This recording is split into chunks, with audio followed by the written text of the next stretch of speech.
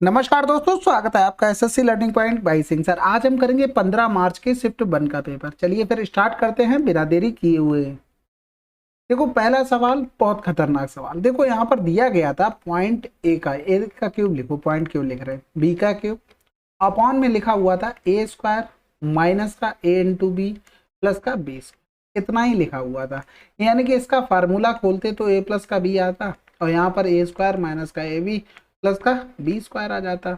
ये cancel out हो गया, बचा क्या है ए प्लस बी। ए प्लस बी का मतलब 0.91 और प्लस 0.9 यानी कि आंसर 1। अगला सवाल, दो अंकों की सभी सम संख्याओं का औसत कितना होगा। सभी सम का पूछा, यानी कि 10 से लेके यहाँ पर 98 लास्ट होगी। समझ गए बात को। अगर हम इनका एवरेज लेते तो एवरेज कितना आता है 98 प्लस का 10/2, यही तो आता है। ये आ गया एवरेज। अब हमें नंबर पता लग जाए कितने हैं, उनका गुणा कर दे काम चल जाएगा। यानी कि 98 माइनस का 10 बटे में डिफरेंस सम संख्याओं में 2 रहा होगा प्लस का 1, ये नंबर निकालने का है। यानी कि इससे घटाएंगे 88, 44 और 1 45 नंबर हो गए। तो यहाँ से करेंगे 8 9 1 10 हो गया, बटे में 2 गुणे 45 हो गया। इसका डायरेक्ट फार्मूला भी होता है तो डायरेक्ट फार्मूले से भी आप कर सकते हो। 2 पंजे 10, 2 चौकू 8 हो, गुणा कर लो, 5 चौकू 20 हो गया, यहाँ से लगा 2 हो गया, 5 चम 25, 4 चौकू 16, 41 2 43 और 5 चौकू 20 और 4 24 आंसर। अगला सवाल, कॉस ए प्लस बी बराबर इतना दिया, ए बी बराबर इतना दिया, ठीक है। अब यहाँ से समझो एक मेरी बात को, अगर हम इन दोनों को जोड़ ले तो कितना होगा 90 होगा। कॉस 90 के मान 0 होता है, बिल्कुल होता है। इन दोनों को अगर हम घटा लेते तो कुछ ना कुछ तो वैल्यू आएगी, यानी कि आएगी, तो इसमें तो मान रखेंगे तो हमारा 0 नहीं आएगा, ये कैंसिल। 60 30 90, 90 पे किसका मान साइन का, यानी कि दोनों को जोड़ेंगे कॉस 90 का मान तो 0 होता है, सबको पता है। अब यहाँ पर अगर रखेंगे 60 से 30 घटाएंगे तो क्या 0 दे पाएगा, नहीं दे पाएगा। यहाँ से 90 तो दे देगा लेकिन घटाएंगे तो 0 नहीं देगा। यहाँ से देखो दोनों कंडीशन में क्या आ रहा है, 90 पे भी यहाँ 0 देगा, घटाएंगे तो साइन 0 पे 0 देगा, तो आंसर 4। अगला सवाल, एक धनराशि पी क्यू आर में क्रमशः इतने अनुपात में बांटा जाना है। पी को आर से इतने रुपए अधिक मिलते हैं, तो पी और क्यू के हिस्सों के बीच अंतर कितना होगा। यानी कि पी को आर से कितना डिफरेंस है हमारे पास, 3 का है। 3 बराबर दिया था 1500 और पी क्यू का डिफरेंस कितना है 2 बराबर हमसे पूछा गया। 3 पंजे 15, 5 दूनी 10, 1000 आंसर। अगला सवाल, एक वस्तु को 30% और 20% की दो क्रमागत बट्टों के बाद इतने में बेचा जाता है। थोड़ा इसका आज ज्यादा ही कोई फॉन्ट खराब था, मेरी तरफ से कोई गलती नहीं, मैं अपनी तरफ से 100% देता हूँ, ठीक है, तो मुझे माफ कीजिएगा। अब क्या करें, थोड़ी बहुत मैनेज कीजिए आप लोग भी। यहाँ से दिया था 560, तो 8 7 56 हो गया, 7 से 7 जिसमें 0 की भरमार होगी वही आंसर, ठीक है। अगला सवाल करते हैं, पी क्यू आर और ये वाला त्रिभुज समरूप है, ठीक है, और कह रहा था इनके परमाप दिए गए तो इतने, पी क्यू बराबर इतना दिया गया, तो ईयू की लंबाई। देखो समरूप बोल दिया तब तो फिर कुछ करना ही नहीं। इनका रेशियो सबका क्या होता है, चाहे उसका लंब हो, चाहे साइड हो, चाहे आपका एंगल हो। एंगल इन द सेंस अगर पी है तो वो यू के बराबर, यू क्यू है तो इसके बराबर। बस एरिया का अलग होता है। एरिया का इन सबसे जितने भी परमाप बचा, चाहे आपका साइड बची, चाहे आपका लंब बचा, सबका स्क्वायर होता है एरिया के बराबर। लेकिन इतना कुछ दिया नहीं है तो सिंपल सा ये हमको निकालना है। तो 0 12 दूनी 24 हो गया और 3 दूनी 6 यानी कि 60 आंसर। अगला सवाल, एक परिवार के 5 बच्चों की औसत आयु 15 वर्ष है। बच्चों को उनके माता पिता के साथ औसत आयु उतनी है, यहाँ कितने लोगों के साथ। यदि पिता माता से 4 वर्ष बड़े हैं तो माता की आयु क्या होगी। देखो कभी भी आपको कैलकुलेशन मतलब इजी मिल जाए तो डायरेक्ट गुणा भाग किया करो। रीजन क्या है कि हमारे हाथ उनमें बहुत तेज चलते हैं, क्योंकि क्या होता है देखो अब हमारी आदत में यही रहा है तो हम चेंज करने में उसमें टाइम लगता है। और फिर भी कितना भी कर लो, इजी वाला अगर कैलकुलेशन इजी है तो हमारा दिमाग उधर ही भागता है। यानी कि यहाँ से करेंगे 25 7 175, यानी कि इन दोनों का डिफरेंस कर देंगे तो 100 आ गई। किसकी आ गई, ये माता पिता की आयु की सम आ गई, यानी कि पेरेंट्स की। इसमें से 4 हटा दो, इसमें से 4 चला गया, 96 बचा। इसका आधा कर दो, यानी कि 2 चौकू 8, 2 अट्ठे 16, 48 तो दोनों लोगों के पास रहा होगा। पिता 4 साल बड़े थे तो ये 52 रहे होंगे। माता की पूछी गई आंसर। कितना टाइम लगा भाई। एक त्रिभुज की 3 भुजाएं 7 9 8 है, त्रिभुज का क्षेत्रफल क्या होगा। यहाँ से सीधा क्या, हीरोज फार्मूला। हीरोज फार्मूला पता है ना, त्रिभुज का एरिया निकालने के लिए क्या होता है, एस एस माइनस का ए, एस माइनस का बी और एस माइनस का सी। यहाँ से हमें पता है एस क्या होता है, उनके परमाप का आधा। परमाप कितना हो गया 9 7 16 16 8 24, 24 का आधा 12 हो गया। अब यहाँ पर 12 लिखो, डिफरेंस करेंगे 5 9 3 12 और 8 4 12 हो गया। यहाँ से बाहर क्या क्या निकलेगा, इसको 4 गुणे 3, यानी कि 4 बाहर आ गया, 3 बाहर आ गया, अंदर रह गया 5, यानी कि 12√5 आंसर। अगला सवाल, अब यहाँ से देखो कैलकुलेशन बेस्ड है। यहाँ से सबसे पहले ऑफ को सॉल्व करेंगे, यानी कि 5 नेम 45 हो गया, 13 नेम है 117 हो गया, यहाँ से 13 आ गया, बिल्कुल सही बात, प्लस यहाँ से करेंगे 12/5 था तो ये 5 चौकू 20 हो गया, यहाँ से करेंगे 3 चौकू 12, 4 चौकू 16 हो गया, यानी कि 29 आंसर। अगला सवाल, नकुल किराने का सामान लेने बाजार गया था, उसके पास कुछ पैसे हैं जिसमें से 20% से वह गेहूं का आटा खरीदता है, शेष राशि में से 25% खाना पकाने के तेल पर खर्च करता है, उसके पास 900 बचते हैं। तो देखो यहाँ से उसके पास मान लो 100 रुपए थे, 20% उसने खर्च कर दिया तो बचे कितने उसके पास 80। अब कह रहा था शेष राशि में से 25%, यानी कि इसमें से भी 25% खर्च कर दिया, बचे कितने 75%। 75% मतलब क्या होता है 25 या 75, 3/4, यानी कि 4 दूनी 8, यानी कि 60 रुपए बचे उसके पास। 60 बराबर क्या दिया था 900 दिया था, तो उसके पास कुल कितनी राशि थी ये पूछा था, यानी कि 100 की वैल्यू। तो यहाँ से 0 से 0 इसका क्या गुना हो रहा था 15 गुना, इसका भी 15 गुना कर दो, 1500 आंसर। अगला सवाल, यदि एक वस्तु को उसके सामान्य विक्रय मूल्य के 9/10 भाग पर बेचा गया है, देखो विक्रय मूल्य के यानी कि सेलिंग प्राइस अगर 10 है तो उसको बेचा गया है 9 रुपए में, यही वो कह रहा है, तो उस पर 20% का लाभ अर्जित होता है, यानी कि ये कॉस्ट प्राइस के 20% के लाभ के बराबर है। ठीक है, कह रहा था वह लाभ प्रतिशत ज्ञात कीजिए जो इसे इसके सामान्य विक्रय मूल्य पर बेचने पर प्राप्त होगा। तो देखो 20 छक्का 120, 20 पंजे 100 हो गया, यानी कि कॉस्ट प्राइस कितना हो जाएगा 45/6, यानी कि अब इन दोनों का रेशियो बना लो, एक्चुअल में ये रहा, ये तो हमारा कॉस्ट प्राइस निकल के आ गया, तो यहाँ से 10 हो गया, यानी कि यहाँ से करेंगे ये 60 पहुंच जाएगा, ये 6 ऊपर पहुंच जाएगा, यानी कि 60/45 रेशियो हो गया, 15 चौकू 60, 15 तिया 45, कितने का फायदा हुआ, एक का किस पर 3 पर, 33 से 1/3 आंसर। अगला सवाल, यदि त्रिभुज की 3 भुजाओं का गुणनफल का वर्ग इतना है और उसके परिवृत्त का क्षेत्रफल इतना है तो दिए गए त्रिभुज का क्षेत्रफल कितना होगा। तो यहां से देखो गुणनफल यानी कि ABC का होल स्क्वायर बराबर दिया 1024, इसका मतलब ABC बराबर कितना दे दिया हमको 32, और परिवृत्त का क्षेत्रफल यानी कि परिवृत्त मतलब πr² बराबर दे दिया 16 पाई, पाई से पाई या तो कैपिटल R लिख लो, ठीक है, तो R बराबर कितना हो गया 4 हो गया। अब हमें पता है कैपिटल R बराबर क्या होता है ABC/4 डेल्टा होता है, ये पढ़ा होगा, तो ये तो 32 हो गया, बटे में यहाँ करेंगे तो बराबर में करना पड़ेगा ना, ठीक, एक R नीचे कर लो, 4 × 4 और ये ऊपर चला जाएगा, ठीक है, तो यहाँ से 4 अट्ठे 32 हो गया, 4 दूनी 8, यानी कि एरिया कितना आ गया 2 आ गया। अगला सवाल करते हैं, एक वृत्त में एक जीवा की लंबाई इतनी है, वृत्त के केंद्र से जीवा की लंबवत दूरी इतनी है, वृत्त का व्यास ज्ञात कीजिए। देखो जीवा की लंबाई दी गई, आधी कर दो 15, बस इतना ही करना होता है, और लंबवत दूरी कितनी दे दी 8 दे दी, और ये इतना हो गया, 8 15 17 पढ़े हो, ये तो रेडियस आ गई, व्यास पूछेगी 34 होगी। अब जरूरी नहीं है कि आप पूरा चित्र बना रहे, आपको इतनी प्रैक्टिस होनी चाहिए इसके लिए। ये हो गई इसकी दूरी, ये कितनी दी गई 8, हमने पहले इसको निकाला, ये कितना आया 17, क्योंकि यहाँ से देखो केंद्र से जीवा पर डालते तो 90 का कोण और आधे आधे यानी कि 2 भागों में बांटता है, 8 15 17 ट्रिपलेट और 2 गुना कर दिया।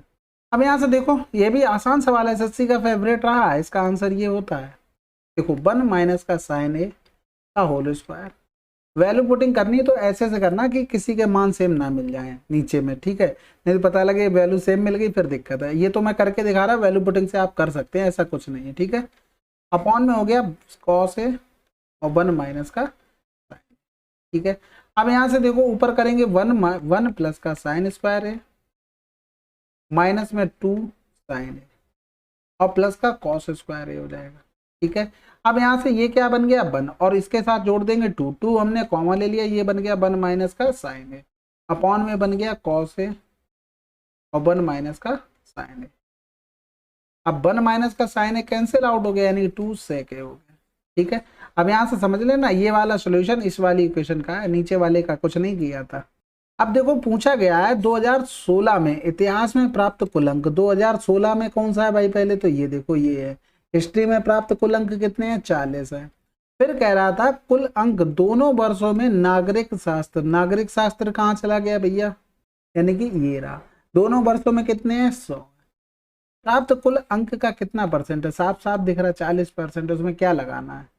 एक ट्रक 200 किलोमीटर प्रति घंटा इतने और इतने चाल से 100 किलोमीटर की 3 समान दूरियां तय करता है औसत चाल, औसत चाल का फार्मूला क्या होता है total distance upon total time होता है। तो टोटल डिस्टेंस कितनी हो गई 100 गुणे 3। टोटल टाइम कितना हो जाएगा भाई, देखो हमें पता है टाइम निकालने के लिए हमें डिस्टेंस में स्पीड से भाग देना पड़ता है। तो डिस्टेंस सबके लिए कितनी है 100 है, तो 100 से 200 यानी कि 1/2 आई, एक फिर 1/3 आई, फिर 1/6 आई।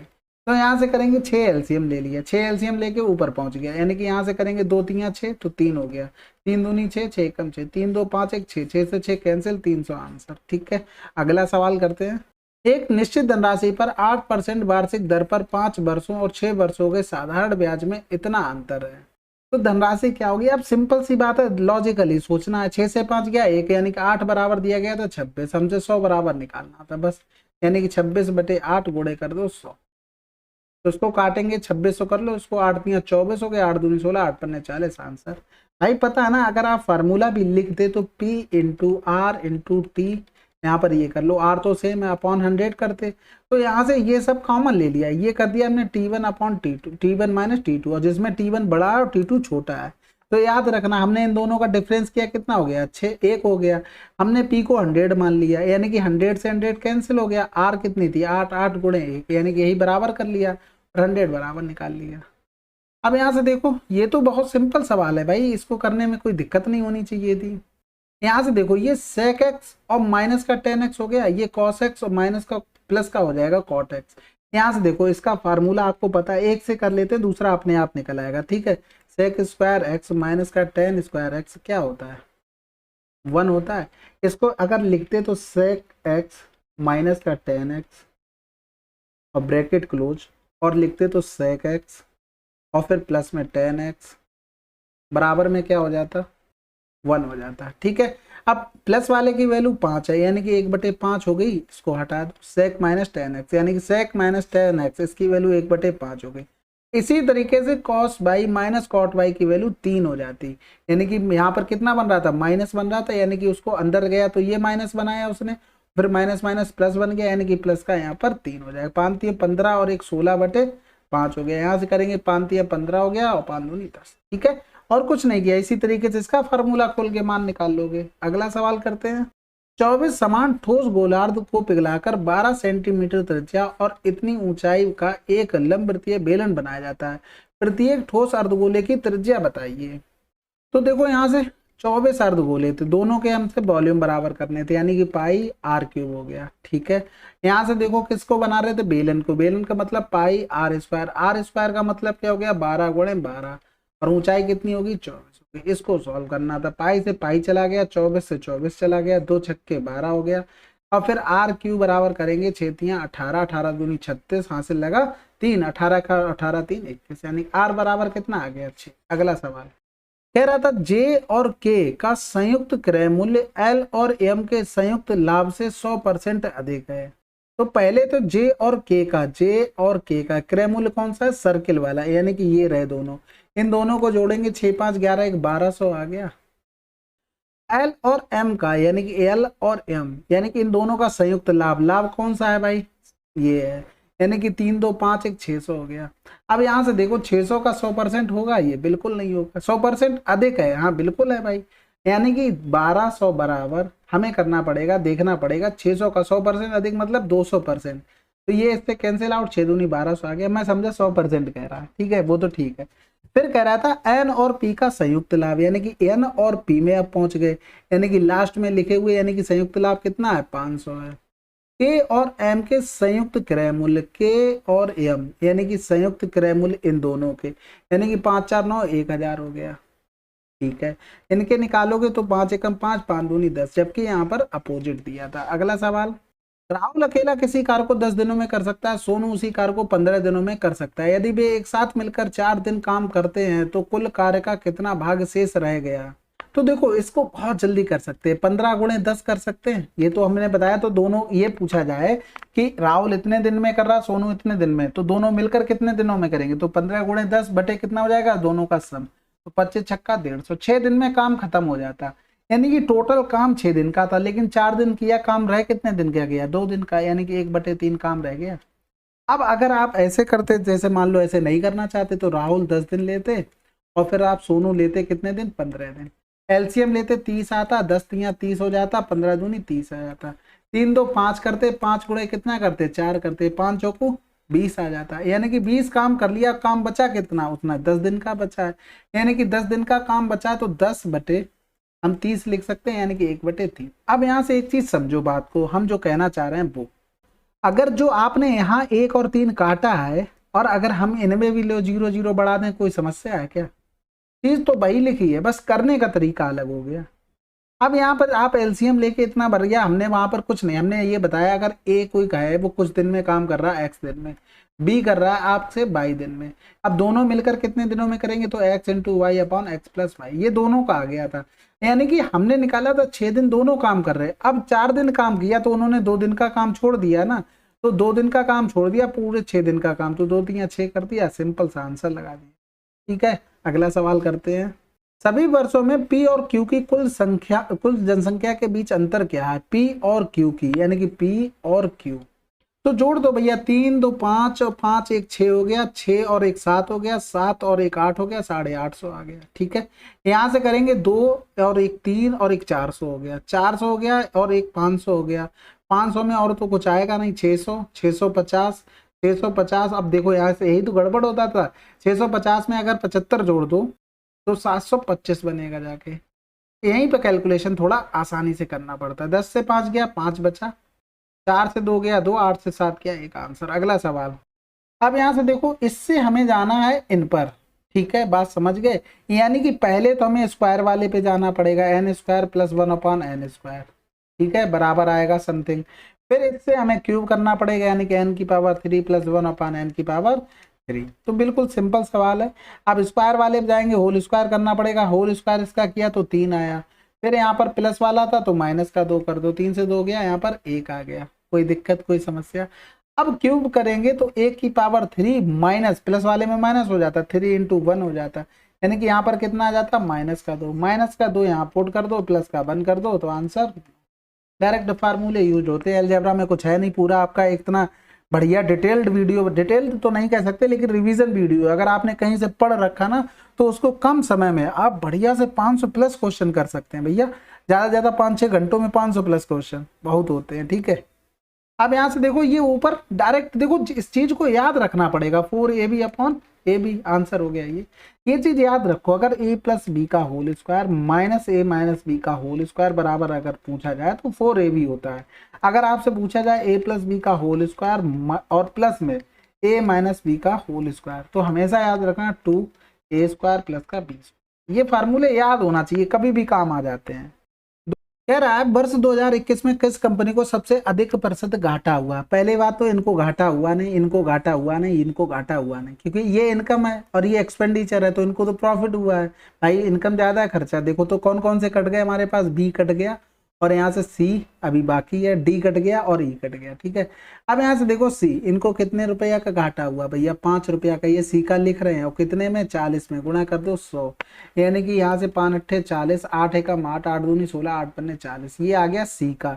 ठीक है, अब ए को देखते हैं, ए को कितना घाटा हुआ, 10 रुपया का, किससे घाटा हुआ 10 रुपया का, 35 से, गुणा कर दो 100 का, यानी कि 5 दूनी 10, 5 सत्ते 35 हो गया, यानी कि यहाँ से करेंगे 7 दूनी 14 हो गया, 7 एकम 7 होगा, 7 हाँ ठीक है ठीक है ठीक है ठीक है। तो जैसे ही 2 मिला हमको भाई, 200/7 आया, पूरा ही लिख लो नहीं तो बात समझ में नहीं आएगा। 6 बचा, 7 अट्ठे 56, 28 समथिंग, यहाँ तो इतना ही हो रहा, तो सबसे ज्यादा एक को घाटा हो रहा था। अगला सवाल कर देते। चलिए फिर 15 मार्च की शिफ्ट 1 आपकी कंप्लीट हो गई है और अच्छे क्वेश्चन थे, उनको नोट डाउन करते चलिएगा, बाकी आप लोग कमेंट करके जरूर बताइएगा। और पीडीएफ आप आरबीआई चैनल से डाउनलोड कर सकते हैं, बाकी मैंने चैनल पे शेयर कर दिया, और एक टेलीग्राम चैनल है उसको भी ज्वाइन कर लो ना, उसका भी चैनल शेयर कर दिया, वहाँ पर पीडीएफ मुझे इसलिए वो पर्सनली अच्छा लगा क्योंकि उन्होंने CHSL 2022 की है, जैसे किसी ग्रुप में रहते तो फिर ढूंढते फिरो, उन्होंने वहाँ पर लिंक दे दिया, तो वहाँ टच करो, पूरी लिस्ट बना दी इस तरीके से, तो आप पीडीएफ घबराने की जरूरत नहीं वहाँ पर। ठीक है, वैसे चलो फिर मिलते हैं अगले वीडियो में, तब तक के लिए जय हिंद जय भारत।